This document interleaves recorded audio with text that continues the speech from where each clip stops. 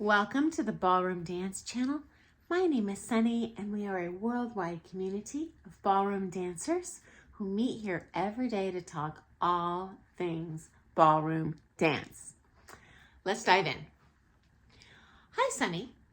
Since Pro-Am students spend a very limited amount of time dancing with their teachers and don't practice with them outside of their lessons, does this hinder their ability to learn partnering skills? How do you suggest Pro-Am students learn partnering when we can't have a lot of time with that practice partner? So we're talking about a Pro-Am student here on a limited budget.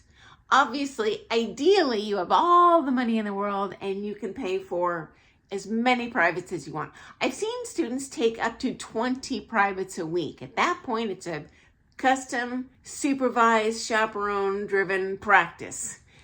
Not on everyone's budget.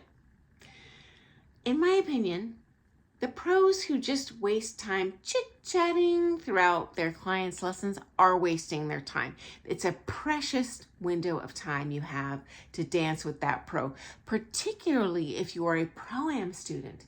Because guess what? You go to that comp, you have to dance. There's no better way to prepare to be judged on your dancing with the partner than dancing with the partner.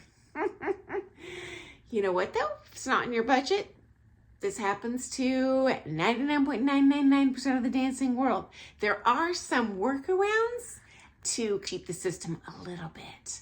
Number one, I always recommend having an amateur comp partner for a variety of reasons. Splitting the lesson costs, not having to pay them for the practice time, all sorts of good stuff. But that's like finding a needle in a haystack. It's very hard to find an amateur partner match.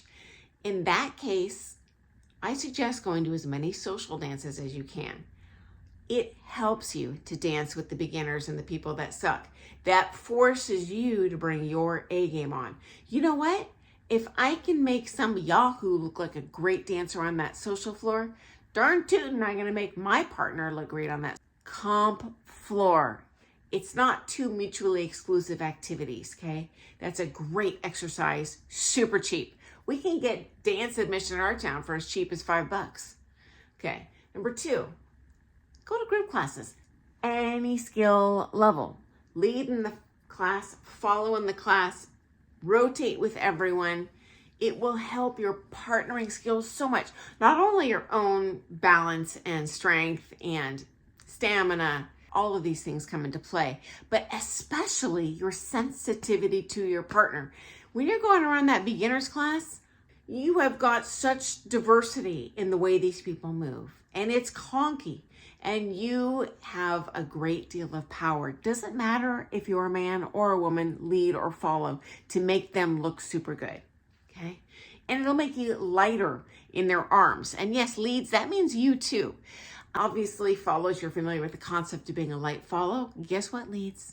There are light leads too that aren't manhandling me around the floor or ramming into me because they just can't feel my center. And bad news, leads. The lady generally is going to be smaller than a man. So if you're dancing with me, especially more of a petite gal, and a pro ballroom dancer probably is not going to weigh 250 pounds. It's going to take a lot of sensitivity to your partner to feel where her center is and not manhandle her just because you can't feel where she is if you're not good at being sensitive to your partner's movement. Okay, next up, dance alone. I give videos on my YouTube channel with exercises for technique or stretches or balance or strength building that my own coaches gave me that were very helpful to me and I found to be helpful to my students over the years. Ask your pro what exercises you can possibly do independently, even in your living room, because they're going to probably have something up their sleeve and they're going to know you're dancing better than I do. So I'll bet you they could give you some great hacks that you could save yourself 3 private lessons a week if you just do it alone in your living room in front of the TV for free. And final thought, I have touched on this in another video. If your pro insists that you never dance alone or that you don't dance with other people, that's going to ruin your partnering skills, they're just being greedy, because that makes you have to pay them a lot of money for every second that you dance. I would run the other way, but that's my 2 cents. Okay, guys, so good luck with that. Thanks for joining me. I look forward to seeing you first thing tomorrow morning for some more things ballroom dance. And if you like all things ballroom dance, hey, hit that subscribe button and give me a thumbs up if you liked it, because I get so excited when I see those guys.